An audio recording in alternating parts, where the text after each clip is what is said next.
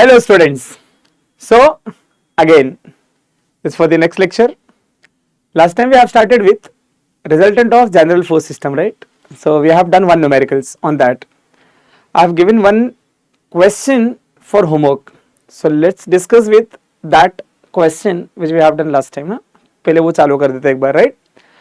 So बच्चों क्या देखे थे हमने last time? General force system का रिजल्टेंट है ना. तो resultant general force system, general मतलब बताया था ना, याद है ना? एक बार जरा सा क्विक गो थ्रू करता. तीन टाइप का फोर्स सिस्टम, जनरल, पहले उसके पैरेलल, पहले उसके कॉन्करेंट. कॉन्करेंट का मतलब क्या होता है बच्चों? Concurrent is the force system where all the forces are passing through the single point. That's what is called as what? Concurrent force system. Parallel में क्या होता है कि सब फोर्स एक दूसरे को पैरेलल होते हैं, और जनरल में क्या होता है? रैंडम, मतलब कुछ फोर्सेस किसी कॉमन पॉइंट से पास हो रहे हैं और कुछ एक दूसरे को पैरेलल है, राइट? तो that is called as general force system और random force system. Okay, so एक न्यूमेरिकल देखा था हमने. वापस दोनों तीनों में डिफरेंस क्या था बेटा? कॉन्करेंट में हम लोग खाली क्या निकालते हैं? आर और थीटा. पैरेलल में क्या निकालते हैं? आर और डिस्टेंस. जनरल में क्या निकालते हैं? सब कुछ. आर भी निकालते हैं, थीटा भी निकालते हैं, डी भी निकालते हैं. Okay, and diagram as usual, right? So ये अगर क्वेश्चन लास्ट टाइम अगर आपको याद होगा तो घर काम दिया था, homework, right? So this force is by default horizontal. सबसे पहला स्टेप अगर आपको याद होगा बच्चों, सो मैंने बोला था सबसे पहला स्टेप क्या बोला था बच्चों कि कोई भी इंक्लाइन फोर्स है ना, कभी भी, पूरे मैकेनिक्स की बात बता रहा हूं, अगर कहीं पर भी इंक्लाइन फोर्स दिखता है ना, जरा सा प्रोसीजर कुछ क्वेश्चन में लंबा हो जाएगा, बट कभी भी इंक्लाइन फोर्स दिखा तो क्या करने का बच्चों? उसको कन्वर्ट और resolve them into two different direction, that is in x direction, that is in y direction. Okay बच्चों, सो ये तो फिलहाल हॉरिजॉन्टली है तो कोई तकलीफ तो है नहीं.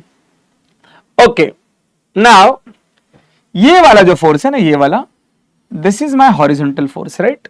सो इस फोर्स को इंक्लाइन फोर्स है बच्चों. इंक्लाइन को दो पार्ट में डिवाइड करना पड़ेगा. तो मैंने लास्ट टाइम अगर याद होगा आपको बताया था कि अगर ये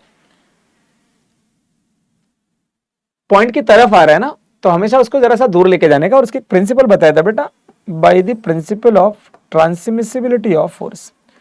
सो ये दो इसके कंपोनेंट हो गए. अगर ये एंगल बच्चों 60 डिग्री है, सो ये एंगल वर्टिकली अपोजिट से 60 डिग्री हो जाएगा. और अगर ये फोर्स की वैल्यू 50 न्यूटन है तो this will be 50 cos 60 and this will be 50 sin 60. I hope बच्चों it is visible to you. So 50 sin 60. तो ये फोर्स हमारा वर्टिकल हॉरिजॉन्टल डायरेक्शन में कन्वर्ट हो गया बच्चों. ये ऑलरेडी फोर्स वर्टिकल डायरेक्शन का ही है तो कोई तकलीफ ही नहीं है. ये फोर्स भी हॉरिजॉन्टल डायरेक्शन का ही है तो कोई तकलीफ है ही नहीं. सो मतलब मेरे सबके सब फोर्स कन्वर्ट हो गए horizontal as well as vertical direction, right? So सबसे पहला चीज क्या करने का बच्चों, अगर आपको याद होगा तो we have common step. What is that? We have common step over there, right? Yes और नो बच्चों? What is that? पहला समेशन एफएक्स कैलकुलेट करने का.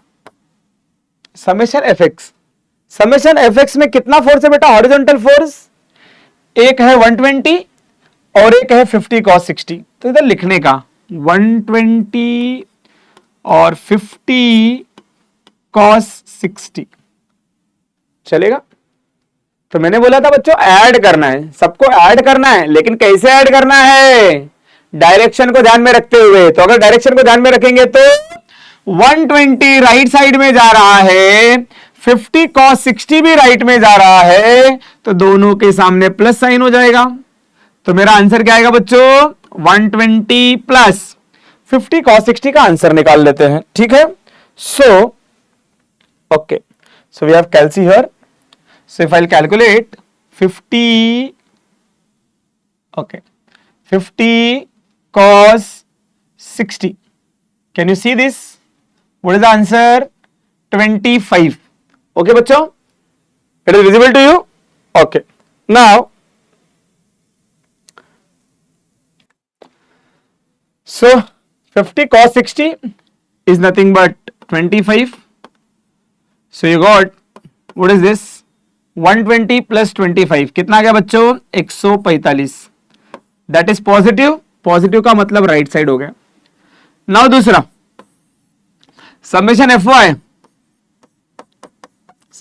कैलकुलेट करने का एफ वाई मतलब वर्टिकल फोर्स का मतलब क्या होता है बच्चों which is going up and down so up and down वाले कौन सा फोर्स है एक है 100 न्यूटन का एक है 50 साइन 60 तो एक है 100 और दूसरा है 50 साइन 60 अगेन बच्चों इनको ऐड तो करना है लेकिन साइन को ध्यान में रखते हुए तो साइन 100 का साइन क्या नीचे जा रहा है इसके लिए माइनस साइन 50 साइन 60 भी नीचे जा रहा है बच्चों तो इसके लिए minus sign I will calculate that value -100 minus 50 sine 60 निकालते बच्चों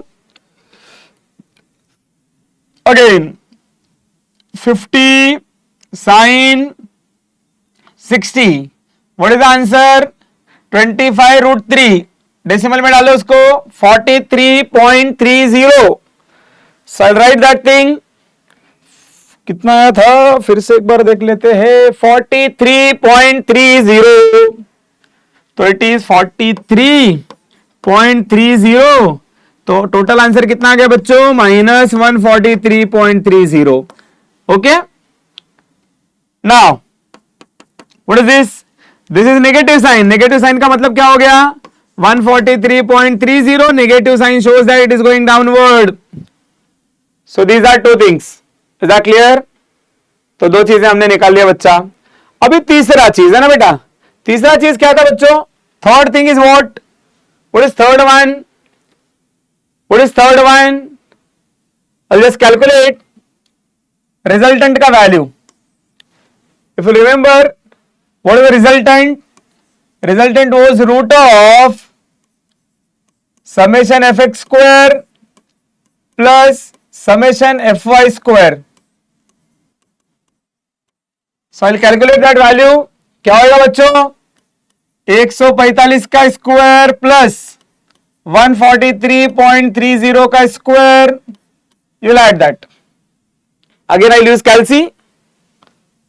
कैल्सी में क्या क्या आंसर है बच्चों एक बार 145 है और एक बार 143.30 145 का स्क्वायर प्लस 143.30 का square this is the answer और इसका स्क्वायर रूट निकालना है square root of the answer is what 203.862 so R is equal to 203.862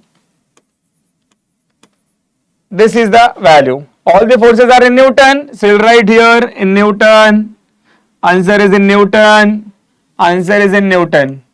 so we got R का value बच्चा तीन चीजें हमने निकाल ली now the fourth one is angle of inclination that is theta बच्चों तो theta is tan inverse of summation fy upon summation fx so tan inverse what is summation fy this one 143.30 what is summation fx 145 what is the answer I'll write it here so फिर से कैल्सी पे जाते हैं tan inverse of 143 चलो कैल्सी tan inverse of 143.30 divided by 145 is equal to 44.62 so theta is 44.62 degree so I calculated summation fx I calculated summation fy I calculated r I calculated theta now the fifth one to find out the position with respect to any point है ना so कोई भी एक point का position निकालने के लिए बेटा हमने डिस्कशन किया था there is one theorem क्या है वो थ्योरम का नाम बच्चों it is Varignon's theorem what is that it is Varignon's theorem Varignon's theorem क्या बोलता है किसी भी पॉइंट के अबाउट मोमेंट निकालने का कौन सा मोमेंट निकालने का? ड्यू टू द रिजल्टेंट, पहला चीज, and then due to all forces, और दोनों को इक्वेट कर देने का. That's what is the variance theorem. So the fifth point if I right, यही कैलकुलेट कर लेता हूं मैं. Okay, now I want to use variance theorem.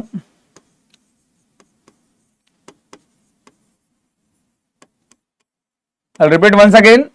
Variance theorem is moment due to resultant is equal to summation of all the moment. Okay, so I'll calculate that values, right? है ना? So पहले हम लोग क्या निकालते बेटा? moment due to resultant. Suppose मैंने लिख दिया r into d, ये तो डायरेक्ट आ जाता है. What is r? 203.86 d. This is my moment due to resultant. Now I'll calculate moment due to all forces. Summation करना बेटा. So अगर आपको याद होगा so हम लोग मोमेंट निकालेंगे. मोमेंट कोई भी एक पॉइंट का, इट्स योर विश, तुम्हारी मर्जी. You can find out about a, you can find out about this point, you can find out about this point, you can find about this point, whatever it may be. Suppose मैं calculate करता हूं about B, suppose, it's your wish. They can tell you, अगर वो exam में पूछते हैं locate the resultant with respect to A, then you need to find out moment about A. Moment about A. Okay? So you can find out the moment about any point, right? है ना? तो question में अगर दिया है B से निकालो तो B निकालने का, A का निकालने बोले तो A निकालने का, C के रेस्पेक्ट में बोला तो C का रेस्पेक्ट में निकालने का. और ज्यादा कन्वीनियंट क्या होता है बच्चों? या तो मैक्सिमम अननोन के वहां पर निकाल दो, या मैक्सिमम फोर्स जहां से पास हो रहे वहां से निकाल दो, या तो एकदम एक्सट्रीम लेफ्ट से निकाल दो. It's quite convenient, right? So चलो फिर हम लोग मोमेंट अबाउट ए निकाल लेते हैं. सो अगर मोमेंट अबाउट ए निकालेंगे, सो ये 50 वाला रिजॉल्व हो चुका है. अभी दो चीज हो गई ना, 50 cos 60 और 50 sin 60. सो लिख देता हूं मैं, शॉर्टकट मार सकते हैं अपन, लेकिन पहले समझ लेंगे तो ज्यादा बेटर है. 50 sin 60, जितने फोर्सेस हैं बेटा वो सब हम लिख रहे हैं, जितने फोर्सेस है वो हम सब लिख रहे हैं. ठीक है, मतलब ये 50 रिजॉल्व होकर दो फोर्स बन गया तो वो दोनों लिख रहे हैं. ठीक है, और फिर ये 100 न्यूटन का एक फोर्स है ये वाला, फिर ये 120 न्यूटन वाला एक फोर्स है बच्चों ये वाला. ठीक है, इतनी चीजें हमने लिख दी. फोर्सेस तो हो गए. फोर्सेस हो जाने के बाद है ना बच्चों, अपने को डिस्टेंस का मल्टीप्लाई करना पड़ता है. डिस्टेंस का multiply with respect to that point. और कौन से distance? Perpendicular distance. Perpendicular distance मतलब क्या होता है? अगर तुम्हारा फोर्स हॉरिजॉन्टल है तो पॉइंट और फोर्स के बीच का वर्टिकल डिस्टेंस, और अगर फोर्स तुम्हारा वर्टिकल है तो पॉइंट और वर्टिकल के बीच का हॉरिजॉन्टल डिस्टेंस. ये ध्यान रखिए बच्चा. सो अगर मैं ये कैलकुलेट करूं कि मैं मोमेंट अबाउट ए निकाल रहा हूं, मोमेंट अबाउट ए निकाल रहा हूं, और मेरा 50 cos 60 तो ए पॉइंट से पास हो रहा है. तो जब ए पॉइंट से पास हो रहा है तो उनके बीच में कोई डिस्टेंस है ही नहीं. अब डिस्टेंस नहीं है बेटा तो इसके लिए वो जीरो हो गया.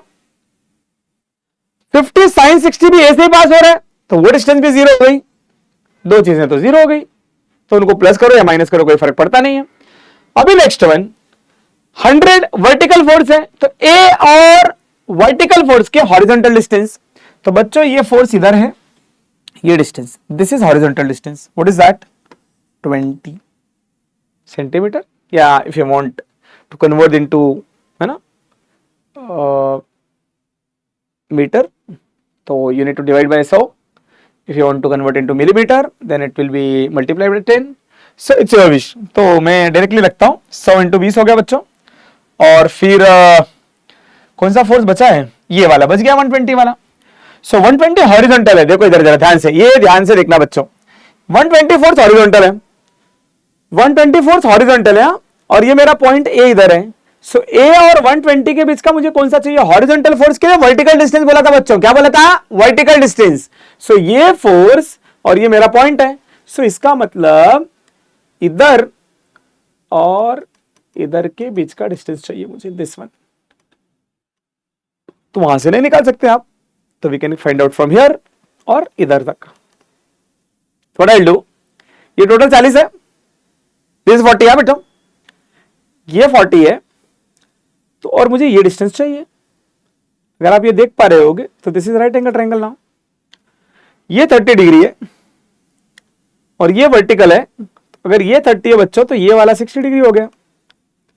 अगर ये 60 हो गया तो मैंने एक चीज रेजोल्यूशन में बताया था, ये 40 जिसके साथ एंगल बनता है बच्चों उसको कॉस बोलते हैं।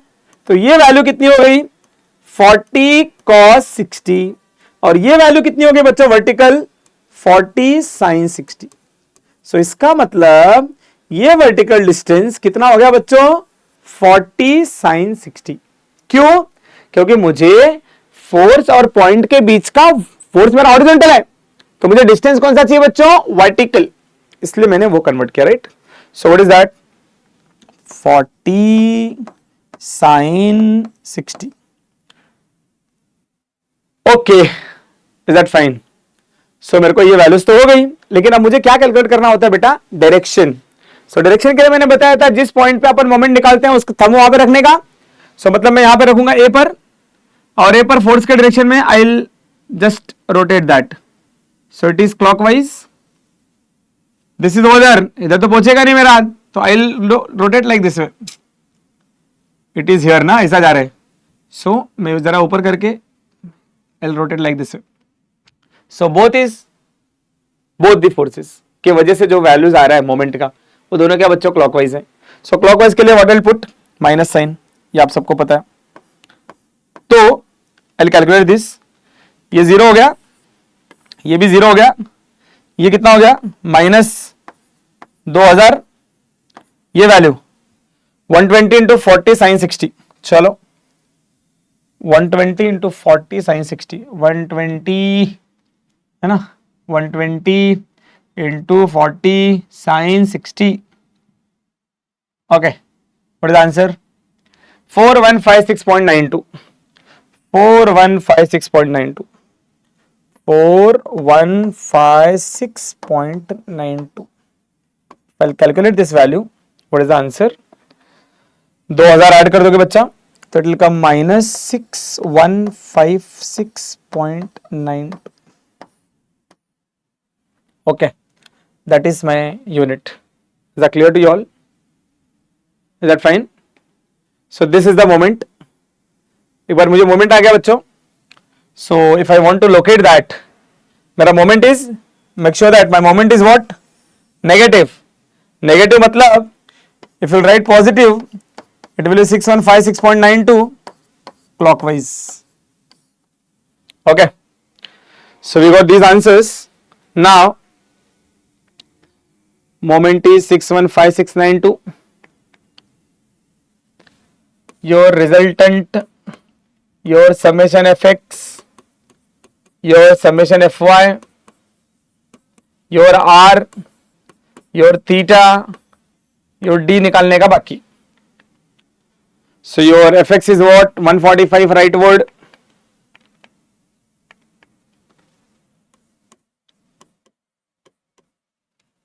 fy is what 143.30 downward,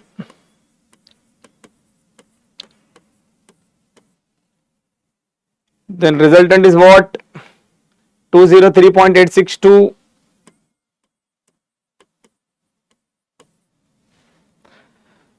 theta is what 44.62, d निकालने के लिए क्या करने का बेटा टोटल मोमेंट जो भी आया divided by resultant answer. Varignon's theorem यही बोलते हैं, राइट, है ना।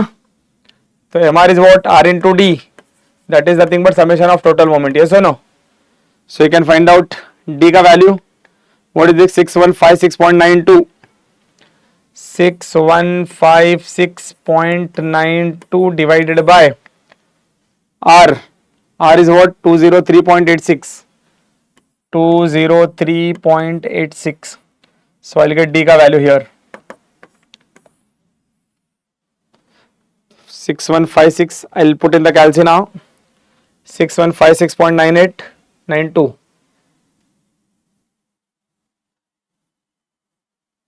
(6156.92) then divided by 203.86. Divided by 203.86 30.20 okay 30.20 this is my distance. Now see I need to draw the diagram now. Suppose this is my point A. बच्चों अभी एक point मिल गए हैं, ए पॉइंट से मेरा फोर्स कैसा होना चाहिए, पहला तो या तो मैं पहले रिजल्टेंट ही कैलकुलेट कर लेता हूं, छोड़ो पहले resultant summation F X is 45 145 positive 143 negative, this was summation F X, this was summation F Y, your resultant is like this way, R is equal to 203.862, your angle is 44.62, this is my resultant now, right? अब मुझे ये decide करना है भैया मेरा ये A point रहेगा कहां, मतलब ये जो डिस्टेंस निकाले हो ये डिस्टेंस A पॉइंट से तो है, मतलब ये इधर है A पॉइंट या इधर है, और वाइस वर्सा, मतलब आप ऐसा बोल सकते हैं A पॉइंट से ये रिजल्टेंट नीचे है या ऊपर है। तो उसके लिए क्या सोचने का बेटा, मेरा मोमेंट कैसे आ रहा है क्लॉकवाइज, क्लॉकवाइज कब मोमेंट होगा जब मेरा पॉइंट ए इधर होगा और मेरा रिजल्टेंट उधर होगा, तब ये रिजल्टेंट की वजह से क्लॉकवाइज मोमेंट आएगा। बच्चों समझ में आया क्या? सो ये डिस्टेंस हमने दिखा दिया, this is my D, D was what 30.20, okay this is my final diagram, okay this is my point A point से राइट साइड में your force is there, this is what is the question which was done last time, is that fine? So beta this is the d का value, right? तो हमने ये decide कर लिया कि a point के resultant कहां पर रहेगा, इज इट क्लियर? सो बच्चों ये same question we have done, but last time we have calculated all the values, है ना, all the values by using 50 के बदले ना 150 लेके सॉल्व किया था, याद है? अगर आपको याद होगा बच्चों, सो here although it was 50 but during the calculation I have taken it 150 calculation के time पे, so that's why I have written 50 also, but it was calculated by using 150 cos 60, तो 75 आंसर करके चेंज हो गया था, right? So that's why I solve it today again. Is that clear everyone? So I hope this point is clear. So I conclude this resultant of force system now. So in short I'll give you the summary. Force system क्या है? Force system क्या है बेटा, जहां पर forces जिस तरह से लाई करते हैं तो उनका arrangement of the different forces in the different planes और in the same plane, that is called as force system. Okay बेटा, ये पहला चीज हमने देखा। सो फोर्स सिस्टम कितने टाइप का होता है? हमने दो चीज देखा, दो टाइप का। एक देखा था बेटा कोप्लेनार और दूसरा देखा था नॉन कोप्लेनार। कोप्लेनार फोर्सेस का मतलब होता है कि सबके सब फोर्स है ना बेटा एक प्लेन में लाई करेंगे। प्लेन का मतलब कितना होता है? दो डायरेक्शन, राइट? सो प्लेन का मतलब दो डायरेक्शन होता है, तो X direction as well as Y direction. इसीलिए कोप्लेनार फोर्सेस को ना हम लोग 2D फोर्सेस बोलते हैं, राइट? और जब हमारा एक प्लेन मतलब एक फोर्स दूसरे प्लेन में रहता है, एक फोर्स वर्टिकल प्लेन में रहता है, एक फोर्स हॉरिजॉन्टल प्लेन में रहता है, तो डिफरेंट प्लेन्स में जब मेरे फोर्सेस होते हैं बेटा तो उसको हम बोलते हैं फोर्सेस इन स्पेस, और उसी को बोलते हैं 3D फोर्सेस, राइट? है ना, ठीक है। सो ये हमने देखे थे और उनका फर्दर क्लासिफिकेशन ये देखा था बेटा कि हर टाइप, चाहे वो कोप्लेनार हो चाहे वो नॉन कोप्लेनार हो, उसके तीन फर्दर क्लासिफिकेशन है। एक है कॉन्करेंट। कॉन्करेंट में क्या होता है? कॉन्करेंट कोप्लेनार या कॉन्करेंट नॉन कोप्लेनार। सो कॉन्करेंट कोप्लेनार होने दो या नॉन कोप्लेनार, सबका मीनिंग क्या होता है कि all forces will pass through the single point. All forces will pass through the single point. वो देखने के बाद हमने उसका रिजल्टेंट देखा था। रिजल्टेंट कैसे देखते हैं बेटा? तो कोई भी कॉन्करेंट का जब रिजल्टेंट कैलकुलेट करते हैं हम लोग, तो सबसे पहले इंक्लाइन फोर्स को रिजॉल्व कर देते हैं। इंक्लाइन फोर्स को रिजॉल्व करने के बाद समेशन एफएक्स निकाल लेते हैं। समेशन एफएक्स निकालने के बाद समेशन एफवाई निकाल लेते हैं। समेशन एफवाई निकालने के बाद आर की वैल्यू निकाल लेते हैं, और आर की वैल्यू निकालने के बाद थीटा निकाल लेते हैं। और थीटा एक बार निकल गया बच्चों, तो हम लोग क्या करते हैं? डायग्राम बना देते हैं based on my answer which we have got. Okay, so ये हमने पहला चीज देखा था, कॉनकरेंट फोर्स सिस्टम। दूसरा पैरेलल फोर्स सिस्टम देखा। पैरेलल मतलब जब सब फोर्सेस पैरेलल रहेंगे, either all will be horizontal, तो समेशन एफएक्स आएगा रिजल्टेंट का फॉर्मूला, या फिर सब मेरे फोर्सेस वर्टिकल रहेंगे तो समेशन एफवाई आएगा। लेकिन अगर पैरेलल है बेटा तो इंक्लिनेशन तो हम निकाल नहीं सकते। इसके लिए हम क्या करते हैं, पोजीशन निकालते हैं, लोकेशन निकालते हैं कि भैया रिजल्टेंट है ना कहां लोकेट होगा। तो उसको लोकेट करने के लिए हमने एक थियरम पढ़ा, उसका नाम था बेटा वेरिग्नॉस थ्योरम। वेरिग्नॉस थ्योरम क्या बोलता है कि सब लोग मिलके उसको घुमाएं या एक अकेला रिजल्टेंट घुमाएं, दोनों का मतलब सेम हो गया। इसका मतलब moment due to the resultant is equal to moment due to all forces, right, but about the same point. तो इसके लिए हम क्या कर रहे थे, पहले R इंटू डी निकाल रहे थे और फिर moment about the same point due to all forces निकाल रहे थे और सबको इक्वेट कर दिया तो वी गॉट डी का वैल्यू। डी तो निकल जाता है, लेकिन फिर हमको ये डिसाइड करना होता है बेटा कि राइट के लेफ्ट। सो राइट और लेफ्ट डिसाइड करने के लिए हम क्या देखते हैं कि पहला फोर्स दिखा दीजिए। फोर्स दिखाने के बाद अगर तुम्हारा नेट मोमेंट क्लॉकवाइज आ रहा है तो तुम्हारा पॉइंट लेफ्ट साइड में रहेगा, क्योंकि पॉइंट लेफ्ट में रहेगा तो डाउनवर्ड, डाउनवर्ड। अगर समझो मेरा रिजल्टेंट फोर्स डाउनवर्ड है और मेरे को पॉइंट से मोमेंट, मेरा आंसर टोटल मोमेंट का आंसर नेगेटिव आ रहा है, इसका मतलब बेटा क्लॉकवाइज होगा। अगर सपोज मेरा फोर्स वर्टिकल डायरेक्शन में होता बच्चों और मेरा तभी भी अगर आंसर मोमेंट नेगेटिव आ रहा होता तो मेरा पॉइंट राइट साइड पे चले जाता। तो वो जरा सा ध्यान रखना है अपने को।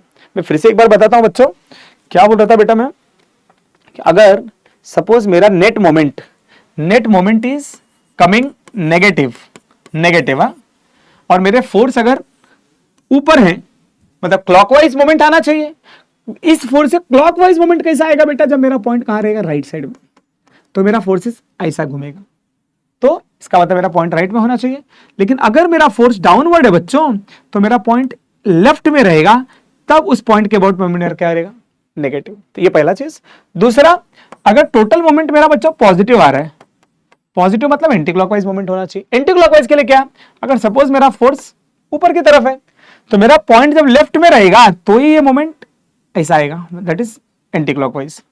ओके, और मेरा अगर फोर्स डाउनवर्ड है सो मेरा पॉइंट अगर ऐसा रहा बच्चों राइट साइड में तो मेरा मोमेंट ऐसा आएगा, एंटी क्लॉकवाइज डायरेक्शन। यही अपने को फोकस करना है। Is that clear everyone? Is that clear? That is the true point. And the third one बच्चों जनरल फोर्स सिस्टम था। जनरल फोर्स सिस्टम में हमको सब कुछ निकालना है। सब कुछ मतलब क्या, इंक्लाइंड है तो रिजॉल्व करना है, रिजॉल्व हो गया तो समेशन एफ एक्स निकालना है, समेशन एफ एक्स निकल गया तो समेशन एफ वाई निकालना है, समेशन एफ वाई अगर निकल गया तो आर निकालना है, और आर निकल गया तो थीटा निकालना है, थीटा निकल गया तो डी निकालना है by using Varignon's theorem. Once everything is calculated you need to draw the diagram based on the calculation which we have got. Okay? और लास्ट पॉइंट में हमको पॉइंट डिसाइड करना होता है जिस पॉइंट के रेस्पेक्ट में हमने निकाला बेटा। सो अगर मेरा क्लॉकवाइज मोमेंट या एंटी क्लॉकवाइज मोमेंट है उसके अकॉर्डिंगली मुझे वो पॉइंट डिसाइड करना होता है कि भैया मेरा वो रिजल्टेंट के अबाउट मेरा पॉइंट है किधर, मतलब it's on the right hand side और it is on the left hand side. This is what is the resultant of coplanar force system. Okay बच्चों, so all this were points थे इधर। Point मतलब ये जो फोर्स लग रहे थे ना, अगर मैं ये क्वेश्चन की बात करूं तो ये फोर्सेस एक एक पॉइंट पे लग रहे थे और ऐसे पॉइंट को बोलते हैं हम लोग पॉइंट लोड। ऐसे फोर्सेस को हम लोग बोलते हैं बेटा पॉइंट लोड। तो कभी कभी क्या होता है ना कि एक साथ में ऐसा लोड दिखाया रहेगा। सो अलग अलग टाइप्स के लोडिंग्स है ना, या फिर अलग अलग टाइप्स की अगर सपोर्ट्स है। सो मुझे कुछ चीज़ें ऐसी हैं कि जिसमें अलग अलग टाइप के लोड्स हो सकते हैं। सो मुझे लोड्स के बारे में पढ़ना है, मुझे सपोर्ट्स के बारे में पढ़ना है, और वो सब फोर्सेस, लोड्स है ना, सपोर्ट्स को नेट वैल्यू से मेरा बॉडी हमेशा रेस्ट पे कैसे रहेगा, that is called as equilibrium. So ये सब चीज़ें मुझे दिखनी है। तो next lecture will start with equilibrium, and before that I'll start with the basics of what are the different types of loads and how to convert those loads into point loads। और अगर support है तो support हटने के बाद reactions कैसे आते हैं बेटा। सो मुझे ये दो चीजें देखनी है एंड इन डेप्थ, ठीक है, वो समझना है आपको। How to find out the supports, मतलब सपोर्ट कैलकुलेशन बाद में देखेंगे हम, पहले सपोर्ट्स अलग अलग टाइप के होते क्या है और उसको हम रिएक्शन के टर्म में कैसे कन्वर्ट करते हैं।